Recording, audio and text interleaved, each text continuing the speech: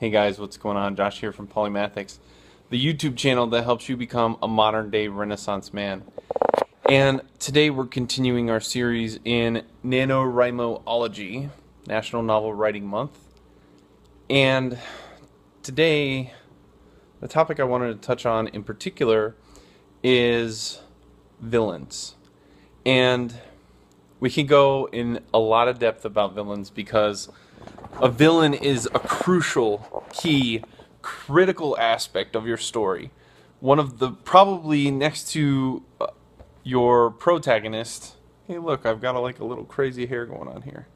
Next to your protagonist, your villain is going to be the most important character that you have. And the reason is because your villain, your protagonist, is only as strong as the challenges that the villain presents him.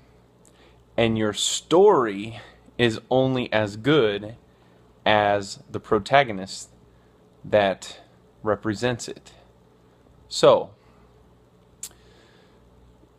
the main thing I want to talk about is today, just in terms of the basics, is how the villain relates to the theme. Because the theme of the story is your message. And whatever your message is, and I'm going to use regret as an example. If your message is to let go of regret, then the issue that your protagonist should be struggling with is some sort of regret that they have from the past. And they want to let it go, and they know they should let it go, but they're having difficulties with it, and they want to hold on to it. And the villain doesn't have to be some evil guy twisting his mustache in the background. It doesn't have to be some crime lord or anything like that. The villain should be the one who challenges your character to overcome their personal flaw. And so if your character is having difficulty letting go of the past, their regret, for some sin that they believe that they've committed, then the villain should be someone who also has committed a similar sin and holds on to their regret. And they challenge the protagonist by egging them on to do what they do, right? And then, so a lot of times, a villain will actually be your protagonist's close friend. And it really challenges them to make a different decision. Now, granted, you're going to have other situations and encounters that will happen throughout the story that will cause your protagonist to look at other points of view. The other thing is, don't get the word villain mixed up with contagonist or antagonist. An antagonist can be represented by an entity. And what I mean by that is, an entity could be a person, or it could be a group of people, or it could be an ideal.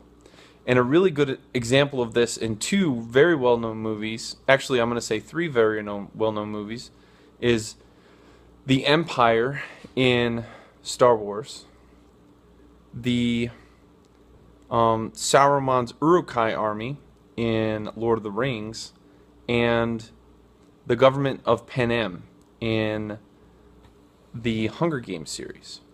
They all represent challenges to the protagonist and more of a ultimate evil thematically type of thing.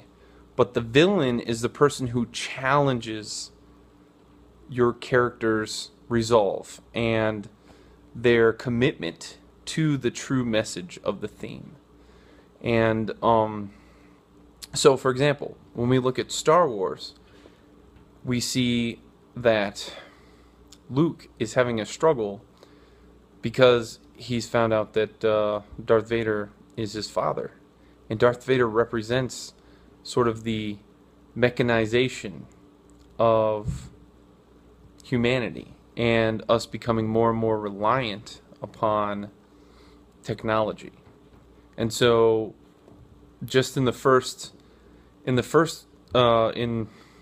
A New Hope, we see at the end Luke's final thing when he goes to destroy the Death Star is that he releases the technological scoping mechanism, the targeting mechanism, and Obi-Wan tells him to use the Force, because the theme of the story is to believe in yourself and not always be so dependent upon technology. And we see these kinds of things in various stories throughout all different genres. But so one of the best examples of a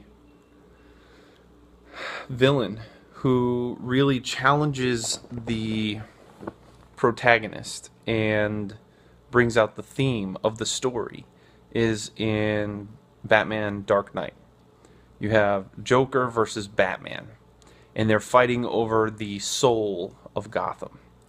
And Joker believes in this chaotic kind of ideal that people just do what's in their best interest and they don't truly care for one another. Whereas Batman believes that people are altruistic and that they will make the morally right decision if you give them the opportunity.